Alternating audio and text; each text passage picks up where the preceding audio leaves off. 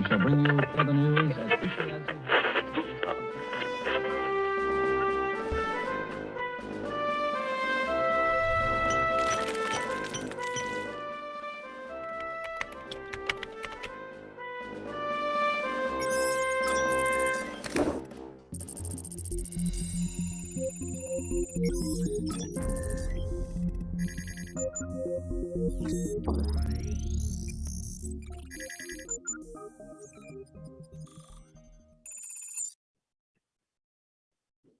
Welcome to the next stop on our historical journey on technology and diplomacy.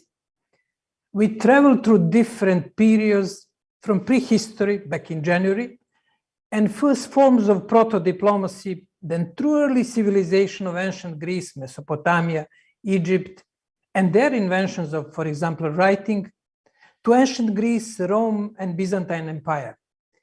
Each of these periods contributed to rich diplomatic legacy.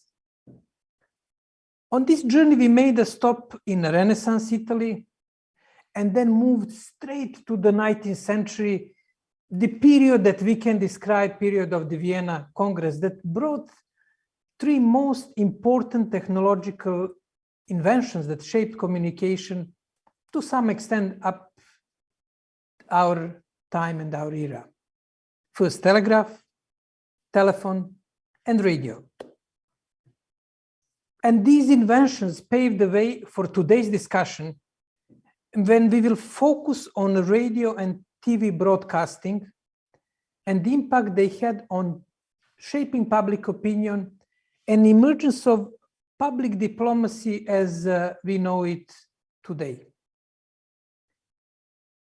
The invention of the wireless communication, which is in the basis of the radio communication, if you can recall, could be traced to few important thinkers and people who played with wireless communication and different concepts. And there are many others, but few are emerging out of this pleiad of the great thinkers: Maxwell, Hertz, Brandy, Lodge, Tesla, Bose, Marconi, to mention just a few of them.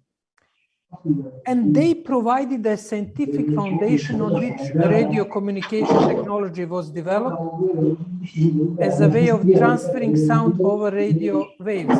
But they didn't manage to fix the unmute problems which we can hear in the broadcasting. Somebody should be muted on our in our group. I think, Arvin, there is something coming from your side. Please mute yourself. And then in this way of transferring sound over radio waves, there were the other two important thinkers and inventors, Marconi and Reginald Fessenden. Both of them attempted to create a wireless technology by combining basically two inventions, telephone and wireless communication. In line with the principle of unintended consequences, their pursuit resulted in something completely different. And this is history of technology. You go in one way and you discover something else. This was so-called radio music box. Instead of wireless telephone, a two-way communication, we got a radio music box as one-way communication. The simplicity of this device was the very reason why radio broadcasting proven to be a very powerful communication tool. And again, a question of simplicity, as we have been seeing and will be seeing later on with internet, has been so important. We'll try to mute somebody. We are hearing some voice in addition to me. We'll try to mute it. Reginald Fessenden, Canadian inventors, carried out the first broadcast of a radio program of speech and music.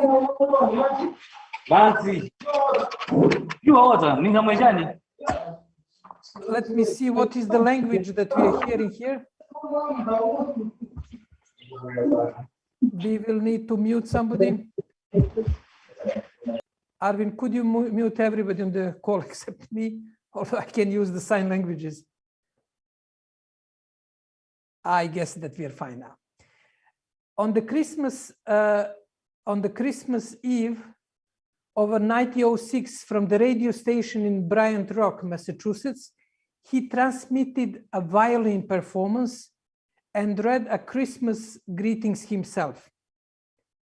The wireless broadcast reached ships over the radius of more than 150 kilometers.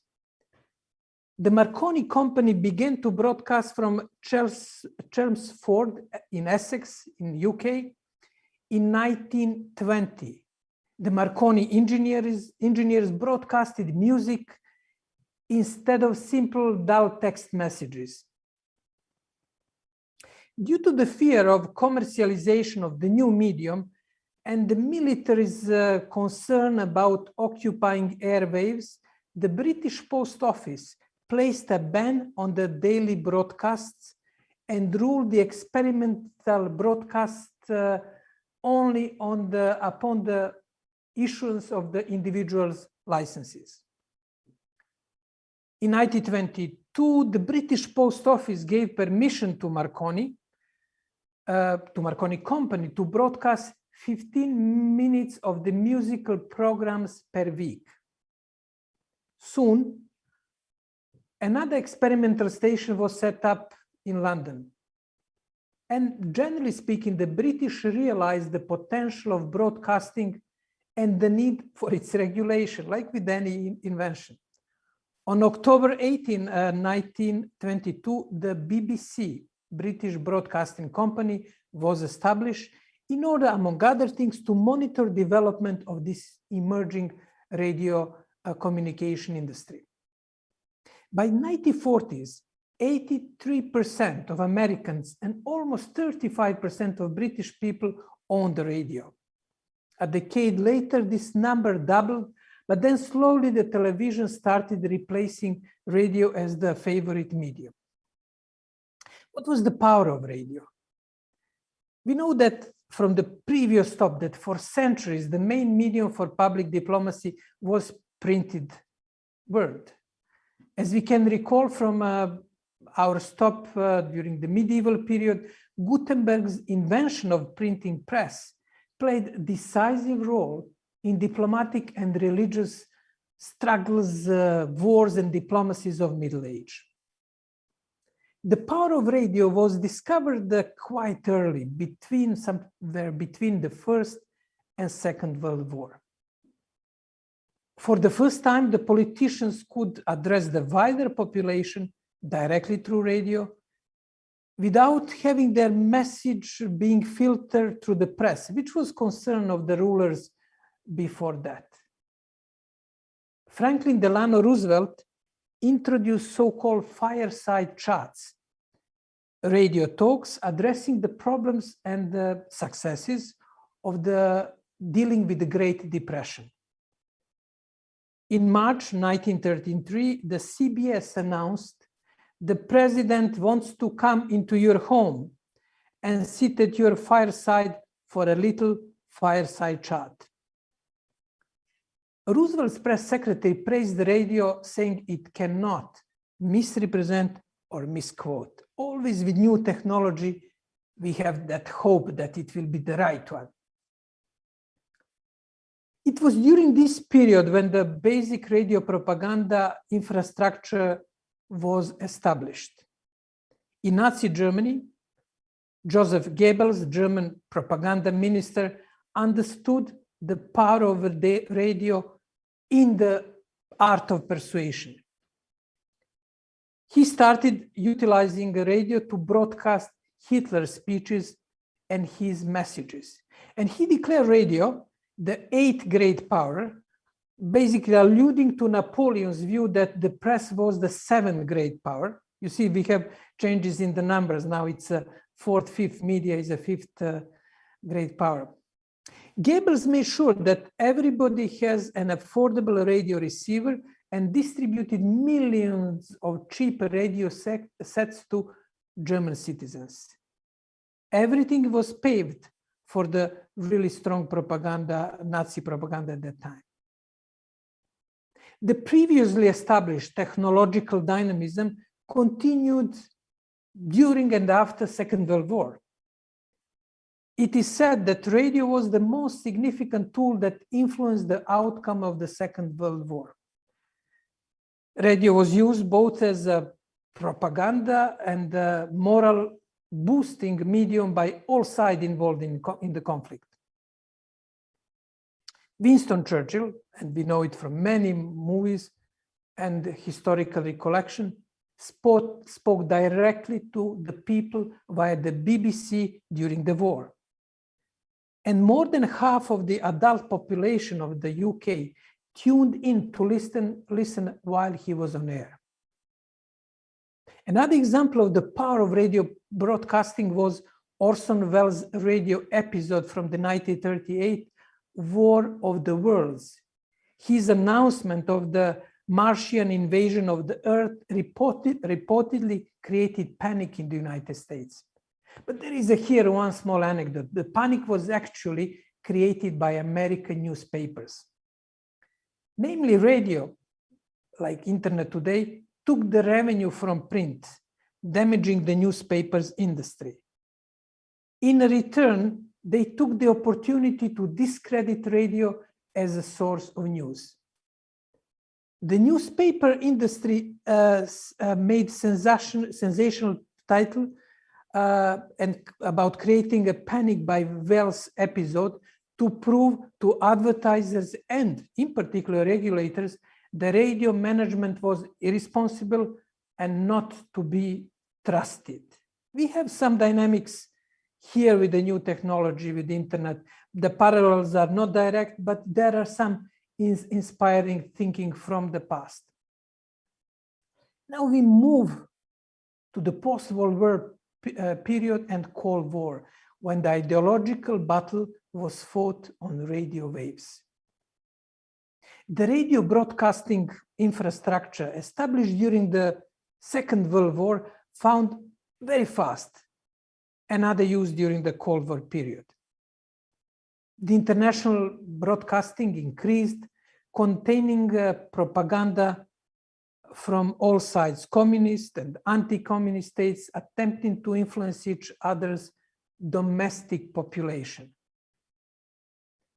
The United States established the Voice of America already during the Second World War in 1942, which continued operating after the end of the war. Radio Free Europe was established in 1950 and Radio Liberty in 1951. In 1947, the Voice of America started broadcasting in the territory of the Soviet Union as a part of US foreign policy to fight Soviet propaganda. For those of you who studied the media, you can recall that the Soviets were very good in using radio and film, including some masterpieces like Eisenstein movies and other tools. Therefore, they were very smart users of the new media at that time, radio, film, later on TV, for the propaganda purposes. That intrusion of the Voice of America resulted in aggressive jamming on the territory of the Soviet Union. While objecting to Western radio broadcasting, the USSR developed a similar, if not even more powerful radio system covering almost the entire globe. The name was Radio Moscow. In Great Britain, through mainly Churchill's mastery of the medium, the BBC underwent a big expansion. At the end of the war, the BBC increased the number of broadcasting languages to 45, in addition to its transmitting power. During the Second World War, the Axis power used also broadcast in many languages. All in all, radio broadcasting became both diplomatic tool, but also diplomatic issue. The question of regulating and managing radio broadcasting enter diplomatic arena. Many governments worldwide realized the power of radio in reaching foreign audience. A new way of conducting diplomacy was born. The name of this new way of conducting diplomacy is a public diplomacy. Public diplomacy received the latest breakthrough and the latest importance with the internet and social media over the last 10 to 15 years. But back in 1936, and these attempts to regulate radio communication, the League of Nations drafted a treaty called International Convention Concerning the Use of Broadcasting in the Cause of Peace, where the states agreed to prohibit the use of broadcasting for propaganda or the spreading of false news. I'm sure for those of you who studied the history, especially in the interwar period, League of Nations was a failure. It didn't secure the peace, but it was a very interesting attempt to think about international relations and to produce some new concepts. Therefore, I very often advise my students here in Geneva to go to the archive, which will be computerized soon, and to see at least the different language used in the League of Nations, which is much more engaging, dynamic, direct, substantive than the language used these days by international organizations. Unfortunately, it didn't create major impact. And the reason why this convention, by its effect and impact was limited, was that first Germany, Italy, and Japan were not parties of the convention. In addition, China, US, and Soviet Union also didn't ratify it. Therefore, it failed. But I would say some of the parts could be an interesting inspiration for discussion on the, let's say, managing digital communication. Another diplomatic issue was jamming of radio programs, which became an important issue in diplomatic negotiation, especially during the Cold War.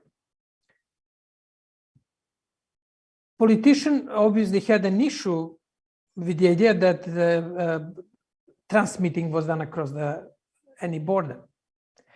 The Western Bloc believed that states could not exercise sovereignty over ideas broadcasted by radio.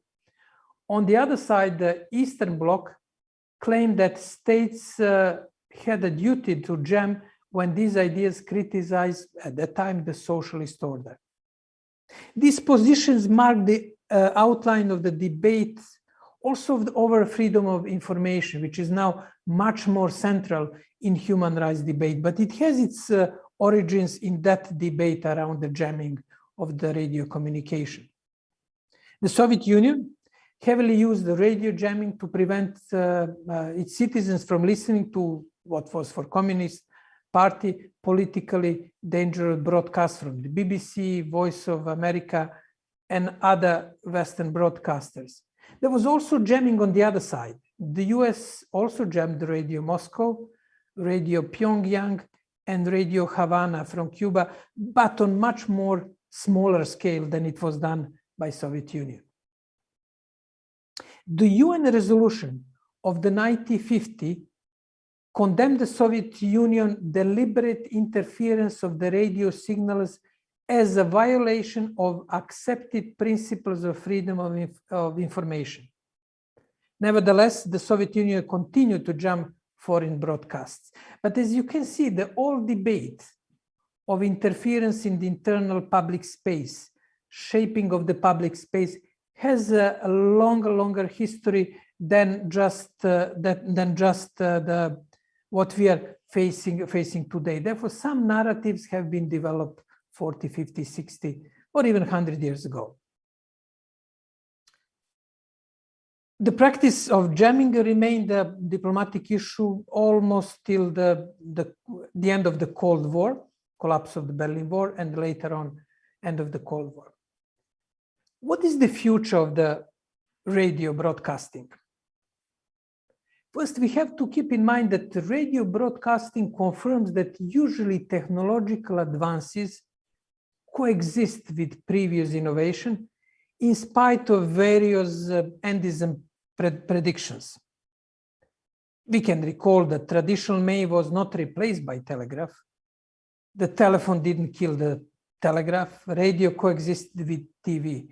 In fact, with only exception of telegraph, most of communication innovations of the last 100 years, or even 2 centuries, including mail, the telephone, radio, TV, and fax, for those of you who know what it is, are still in some use today. As a matter of fact, mail, one of the oldest organized communication method, is a growing business even today with DHL, FedEx, and other companies providing this advanced use of mail distribution. Radio broadcasting get its renaissance on the internet with thousands of radio channels broadcasted online, as well as with podcasts that gain popularity in the last 10 years, especially during the COVID time. Both radio and podcasts are medium which a lot of people are tuning to lately, as they allow people to multitask while listening to news, their favorite music or show. Let's make here a short pause and see if we have any comments or anything from the chat. Andriana, over to you. Andriana Gavrilovic is our chat moderator. Thank you for the floor, Jovan. Nothing from the audience yet, although Arvin did comment that Eisenstein's Battleship Potemkin is a masterpiece of film propaganda. I would comment on what you said, that Soviets were good at using new media. And in this time period that we were talking about, say 1932, Stalin invented disinformation, or so defectors say. And to bring it briefly back to the 21st century and the internet, it has been said that Russia has really adapted well to the new medium, which is the internet, and that the way they do disinformation now will be studied in the future. So that just reminded me, it sparked in my head when you said that Soviets were good at new media. They apparently remained good at new media. We'll see if they adapt to doing metaverse as well as they did. And Alex Grach just sent a message saying that he or she, I'm sorry, can't tell, is interested in whether the podcast is a renaissance of the radio. And I'd add one more question to that.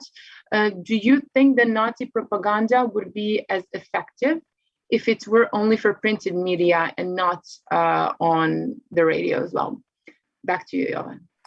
Okay, thank you, Andriana, for great insights and comment and reflections, and thank you, Arvin, for mentioning the Battleship Potemkin and the famous pushchair on the stairs in Odessa as one of the most remarkable scene in the history of cinematography. That's really one of the crucial.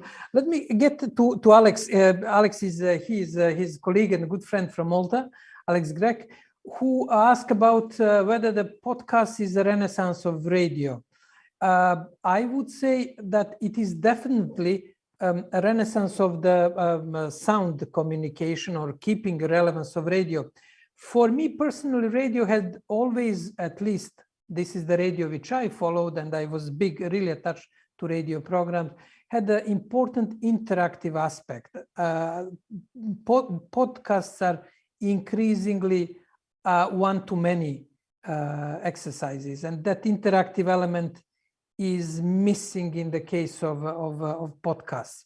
Therefore, yes, keeping sound as a carrier of the message, which is the basis of the radio, but there are less and less sort of these interactive elements. And you ask, Andriana, if there was any reason or any example how or could we make counterfactual thinking? would Nazi propaganda develop, spread so far if there were no radio, if the printing press was used? It is a counterfactual question, but I would say that the use of radio propaganda was really decisive. And it's not the first time in history, you know, the Protestant movements discovered faster than Catholic Church the power of Gutenberg invention. And many sort of public discourse demonization of that time Catholic Church, especially Jesuit order, were due to the fact that Protestant had a faster and easier access to the printing press. And it was easier for them to spread their story. Thomas Heinotzi, it's great to have you, Ambassador Thomas Heinotzi from Austria, a good friend of Diplo and co-convener a very interesting event in 2014, 7 years ago, when we had events discussing the outbreak of the First World War and misuse of telegraph. And I advise all of you to access that broadcast. It was co-hosted by Thomas when he was ambassador here in Geneva. Thomas, I can't recall a direct incident. I'm sure that there were, especially during the Cold War, but I know that there was a big issue and it came into, I would say, some OSCE resolution, the element of radio broadcasting. I think it is also part of the UN Law of the Sea Convention. I have to double check that the territorial waters, beyond territorial waters, beyond 12 miles, cannot be used for radio broadcasting because it was used during the Cold War by both Soviet Union and the United States and UK for broadcasting towards the territory from the open sea, from the waters beyond territorial waters. And that created a lot of tensions. It is, I'm almost sure, part of the UN Law of the Sea Convention, prohibition to do that, but it was also important part of OSCE negotiation. And I can send in the follow-up few pointers and links. On the concrete crisis, which was triggered on this, one can recall misuse of radio in Rwanda in the build-up for the genocide of Tutsi. That was basically, but it wasn't diplomatic crisis. It was more tragedy, internal tragedy within the country. Okay, we have, I hope I managed to answer the question, but please make sure that it's not just podcast or broadcasting one to many, 41, but it is a two-way conversation. And in particular, challenging thoughts and ideas are very important. We now move to the television. Since its invention in the 1926 and the beginning of commercial use 6 years later by the BBC, television has become a main news and entertainment medium. It will keep that position for many years to come. For example, during the 70s and 80s, so-called the golden age of television, the prime time TV developed as a new way of addressing a wide audience, about 7:30, 8 o'clock, depending from country to country. It was an integral part of our daily routines. For the first time, we were able to see and hear the world news as it happened. And it created some sort of creation of the glue, societal glue. Today, when we discuss impact of social media, one important aspect is decentralization of that space. At that time, we were attaching ourselves to the common points. I remember as a kid, I was following some sort of cartoons. Therefore, tomorrow you were sharing your reflections about this cartoon with your friends in the classroom. And it was creating an interesting glue with obviously a lot of possibilities for misuse. But I think we will be discussing more and more power of that primetime TV for creating of social cohesion in society, or creating some sort of collective artifacts and collective reference points. Just one idea for our younger colleagues who are doing research on media and power of the media. Countries and diplomats started to use television as a quick source of information and as a very powerful tool to convey their messages. The success and popularity of radio prompted the research in the field of transmitting moving pictures and all industry around TV. It is difficult to say who exactly invented TV and when exactly that happened. Similar like radio communication.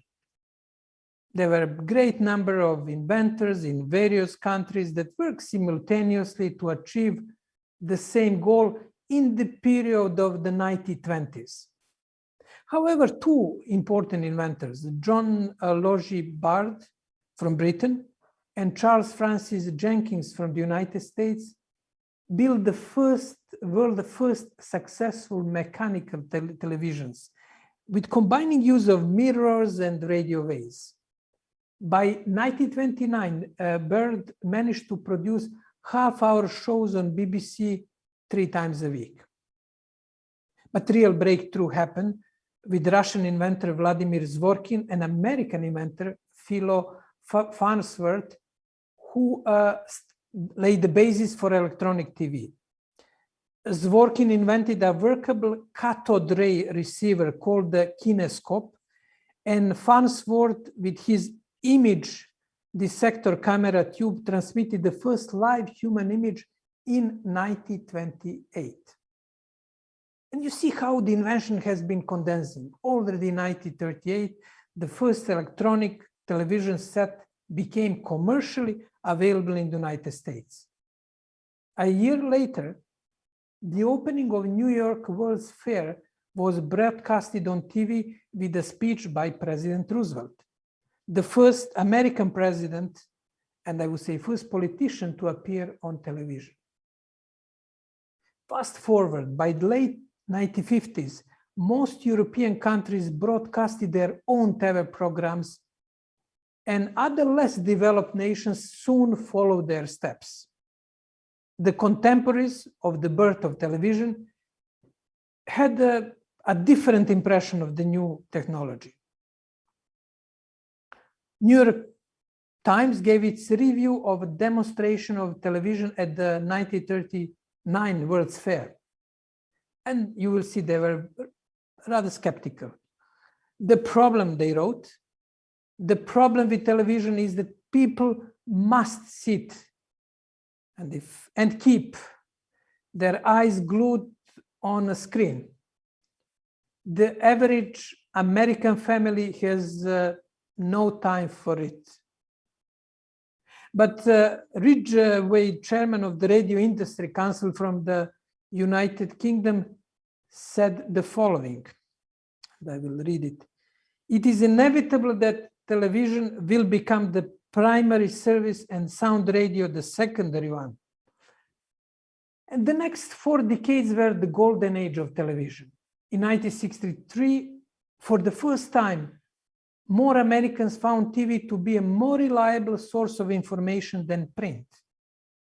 Primetime news, reportages, documentaries, and live coverages reach more audiences than any media did before. The year 1979 saw the foundation of CNN, the first TV channel devoted to broadcasting news 24 hours a day. Diplomacy going live, and the CNN effect.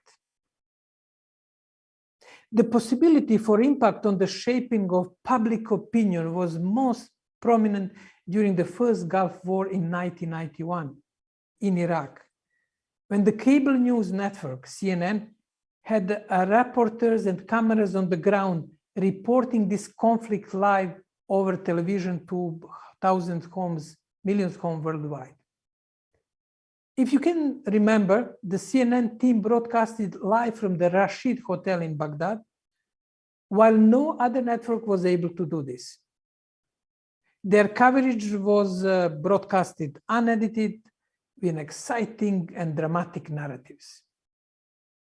The real-time news coverage increased the transparency, but it complicated the sensitive diplomatic relations between states. This led some to formulate the theory of the so-called CNN effect, a new phenomenon in foreign relations and public diplomacy. According to CNN effect, the global television network played a significant role in determining the action the diplomats will take, as well as framing the discourse, narrative, and ultimately the outcome of events. The CNN effect works through shaping the public perception, which then in turn affects diplomatic agenda. This theory originated in 1990s, as we said, and they were used and had strong impact during the war in Iraq, Somalia, and the Balkans. The strong presence of media in a Middle East conflict opened a space for the development of more local broadcasting agencies such as Al Jazeera. And all of these agencies try to provide different perspective to world news, and it's probably why they became very popular. For diplomats, the television has been a source of quickly updated and available information. It also accelerated the speed of diplomatic communication, sometimes CNN being or other media faster than diplomats themselves in informing their capital what is going on the spot or in decisive negotiation. The TV has focused world attention on global issues such as terrorism, global warming, human rights, and sometimes leaders have had to address these issues even when they have not been among their political or diplomatic priorities. The participation of media, such as television in diplomacy, became very important. Also, as non-governmental, diplomatic and non-governmental actors increasingly started using the media as a major instrument for putting pressure in ongoing negotiation. And in the information age, the involvement and sometimes exclusion of the media from diplomacy can have important impact on diplomatic processes and negotiation. Television is still powerful and important in today's diplomacy. And as we know, it is important in shaping public opinion and being used as one of principal sources of information. But what is the future of the TV, especially in the internet era? We already reflected on its underlying message through our journey that breakthrough of one technology does not exclude another. Nowadays, television is increasingly streamed over the internet. It is available on the go on YouTube. You can follow TV, your favorite TV station on smartphone, on tablet. So viewers can watch news and TV whenever and whenever they want and wherever they are, basically. The evolution of television will boost in coming years, this is our estimate, with new technology and new forms of entertainment. Television will continue to transform our personalized experience of data, information, and world around us. As we know, data is being collected based on users' what we watch. Demography was outlined, preferences, and it helps to create so-called smart content, and algorithms determine unique content for each viewer. I'm sure that all of us are familiar with the really targeted content on YouTube and other channels, and that targeted messaging will gain more power with more power of algorithm and artificial intelligence. In addition, one can guess that television will probably become even more immersive. Instead of passive watching, user will be able to participate and interact. Streaming services like Netflix are already experimenting with interactive content, viewers' choice that can affect the plot.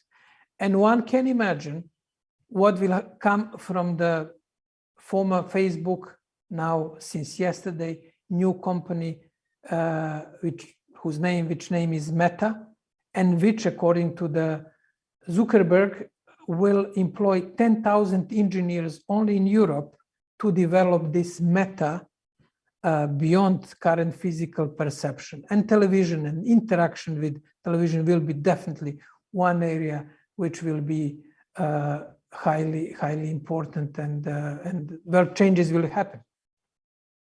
If we can conclude television, about the future of television, television will probably remain important channel for public diplomacy, even though it will be completely different than it was a few decades ago. This is so far journey when it comes to radio and television. Now, as you know, we try in this series always to bring some element of developments outside the main centers of technological media developments, basically Euro-American space, and we'll reflect a few on the developments and history of TV in Africa. We know the birth of TV in broadcasting is in Europe and in North America, but the evolution of TV in Africa is less known to broader public. The establishment of a Moroccan television station in 1954, quite early, marked the beginning of the television age in Africa. And in 1959, the Western Nigeria television service broadcasted the first terrestrial television broadcast signal on the African continent. Zimbabwe, at that time quite advanced in the technological Zimbabwe's first broadcasters came in 1960 when program in the black and white television set started in Harare. Algeria, Kenya, Uganda, Senegal launched television station 1950s and early to mid 1960s, but some countries like South Africa and Cameroon, TV stations waited a bit longer till 1970s, 1980s. What is interesting to see is the interplay between anti-colonial movement in the emergence of TV broadcasting in the newly independent country. Nigeria was a front runner in introducing news and specific genre of content too. Nigerian television became the mouthpiece of the government. Between the 1980s and 1985, Nigeria Television Agency started producing Africa's first local soap operas, almost 40 years ago, in the children programs and the comedy series. This marked the birth, what we know today as Nollywood film industry, which now produces more than 50 films a week, surpassing Hollywood as the world's second largest movie industry by numbers after India's Bollywood. That's just one illustration that sometimes developments in other regions are not well reported and or known. I'm going back to Andriana for the comments from the audience. Andriana, over to you. Thank you, Jovan. Quite a few questions on the radio. It seems to be the topic that's resonating today. Meleza asked, is there any legislature at UN level for propaganda using the radio? And she has asked, could it be when the radio was invented that the inventors were just not aware of each other due to language differences and due to the fact that channels of communication were planned for the local needs and not international needs? Rodrigo said that there is a clear distinction between regular radio and shortwave radio. Now, he hasn't elaborated. I did say that I'm one of those people that's not aware of the difference, and he might be typing a really long reply. I'm not sure. Rodrigo, I'd be happy with a link. And the last question we had was radio jamming during the Cold War an official policy, or did governments have to do it over private radio stations? I'd also like to comment, Johan, on the television part. You said that with the metaverse, we will interact with television differently. And I'd have to agree, because while we don't know what the metaverse is, it will have one key element, which is our presence in that universe. And when you look at television, we use verbs such as watch and look at. So it's definitely something that we interact with in a different way. Now, I don't think they will be able to make us all go into the metaverse. So I think that the TV will survive, but it will definitely be an interesting dynamic shift that we probably won't see for another, if Facebook is to believe, another 15 years. Good.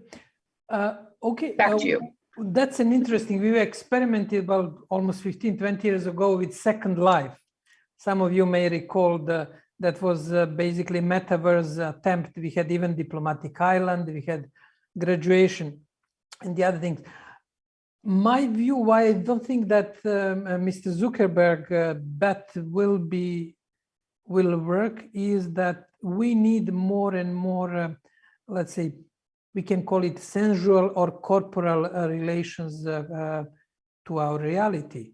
And that element of our need to physical experiencing reality has been, I would say, underestimated by tech industry. And there will be, if we can call it, humans push back against too extensive use of technology. And we can share this blog post. I wrote blog post inviting Boris Johnson, who will chair next week the COP26, to put the chair, literally chair, physical chair, next to him, and I guess Secretary General Guterres, when they open the session, as a reminder of the presence of future generations in the room. That could be a sort of totem, physical totem, showing the importance of the future generation. That is just one example of how we can bring this sensual corporal reality in our life. Therefore, I would say I would be a bit skeptical on the chances for success of Mr. Zuckerberg, although one shouldn't underestimate him. Obviously, he has loads of money, and he usually has a good nose for these developments. Now, on other questions, I guess there was a question from Rodrigo Marquez, who make the correct difference between regular radio waves and short waves, which are used for long broadcasting. This is now important to mention this, that radio regulation, technical radio regulation about distribution of frequencies, use of frequencies, is done by the ITU on the global level. ITU stands for International Telecommunication Union, and one of the 3 directors of the ITU deals with the radio telecommunication. Therefore, they deal with the frequency, and it is a big politics, because new technological tool can go into tiny, minor parts of the spectrum to be used for the broadcasting. Therefore, that's related to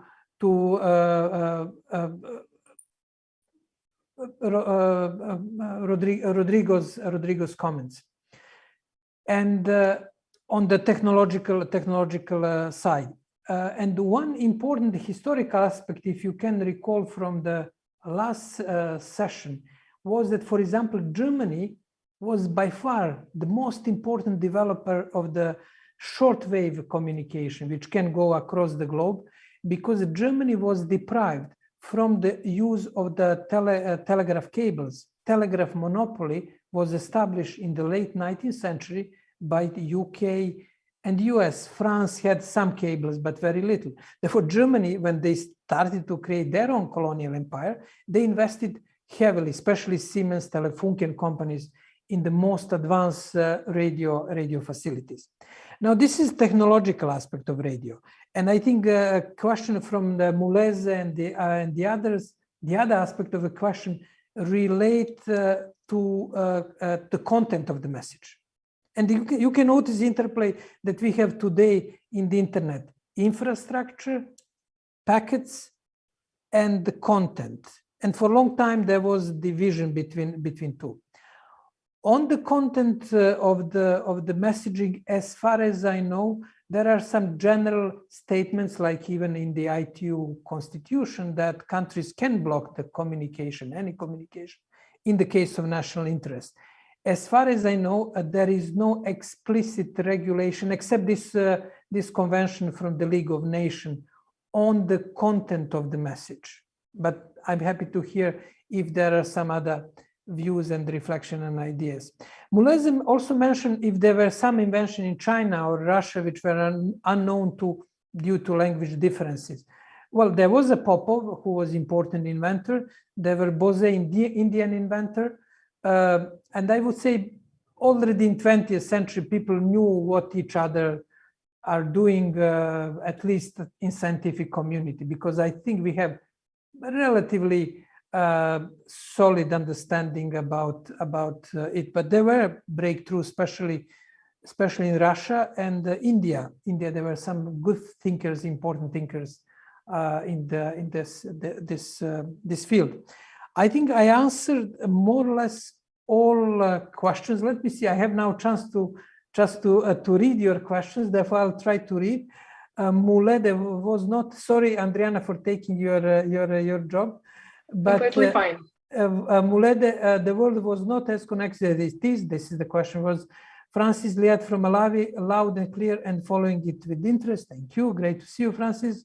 Rodrigo, this basic difference, shortwave is transmitting across the world. It's the long transmission, while the regular radio is localized and depends on the power of the transmission. That's correct. Well, my blog, Alex Greg, at this juncture, let's be skeptic about technological determinism, turf protection propaganda by Zuckerberg, or his good intention. Definitely, I can sign that it's, and it's interesting, Alex, when it is coming. It's coming when the guy is basically cornered because of this revelation, basically say, hey, forget this game, we are into something else more exciting, and I will basically sell you more utopia. And that's very, very delicate moment. Therefore, I cannot agree more. Pavlina, I have memories of listening to shortwave radio, Radio Free Europe, London during communist time. Pavlina lived at the time in Czechoslovakia. Now she's based in Washington, D.C. Andriana agreed with Alex. And well, thank you for all of these comments, which made this today's session much more interactive. Now it's a time, we had this tradition of drinks throughout our journey, but we are trying to sort of find what were the drinks of particular period. And I would like to cheer you with the Martini. And here is Martini. But let us see few words, because we get into the alcohol. And we can stay with the realm of television and movies and talk about the favorite drinks of the most famous agent James Bond, and his favorite drink was Martini, with although with some gin. In its simplest form, Martini is a cocktail, a mix of gin and vermouth, garnished with olive. You can see some olives in my glass, or a lemon twist. The name may derive from the Martini brand, well, as you can see, still alive, of vermouth. Another popular theory suggests it evolved from a cocktail called Martinez, served sometimes in the early 1860s. A great study for those who are interested in history of drinks. While it's broadly thought that Martini is an American invention, the cocktail had really a great traction in Europe. It was a favorite of the British Prime Minister Winston Churchill, although he was quite sort of elaborate in his taste of alcohol. But his problem was that vermouth, a key ingredient, was usually made in Italy and France. And as Second World War progressed, Britain stopped getting shipments from either of these countries. However, this did not obstruct Churchill's Martini drinking. At the time, he joked The only way to make a martini is with ice cold gin and bow in the direction of France. That was always his great wit. Franklin Delano Roosevelt carried a so-called martini kit on every local and foreign trip. He even tried a little martini diplomacy on Stalin during the Yalta conference of 1945, but Stalin noted that it was cold on the stomach, but not unpleasant, not for him as good as vodka. Martini was also Ernest Hemingway's drink of choice. He paid great tribute to the drink in his novel from the 1920s, Farewell to Arms, with immortal line, "I had never tasted anything so cool and clean. They made me feel civilized." During the 1950s and 1960s, the 3 martini lunch was a widespread practice for executive and business people. The popularity of martini rocked with Ian Fleming's story of the secret agent James Bond, his famous quote, "A martini shaken, not stirred, is a part of it's a part of cinematic history." Bond drinks his martini with vodka instead of gin. It's interesting. And shaking instead of stirring is an opposite way of how martini is usually drunk. With that, bringing it to the history of a movie, and I would like, and my colleagues told me, okay, be in the part of the movie history. Therefore, for this point, I was asked to wear James Bond glasses. And with these James Bond glasses, I would like to cheer you. Cheer, have a nice weekend, enjoy navigating history. And next week, we will be moving to social media and diplomacy, issues which are more closer to our understanding and our focuses today. Cheers with Martini.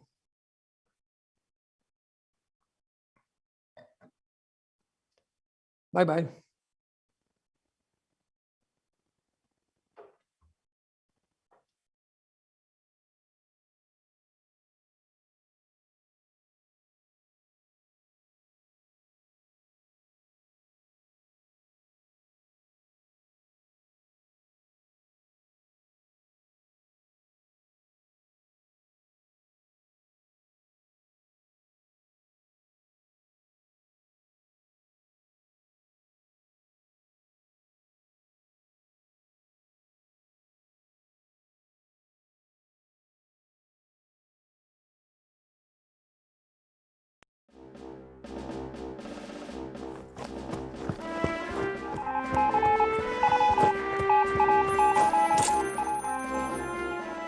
We shall bring you further news as quickly as we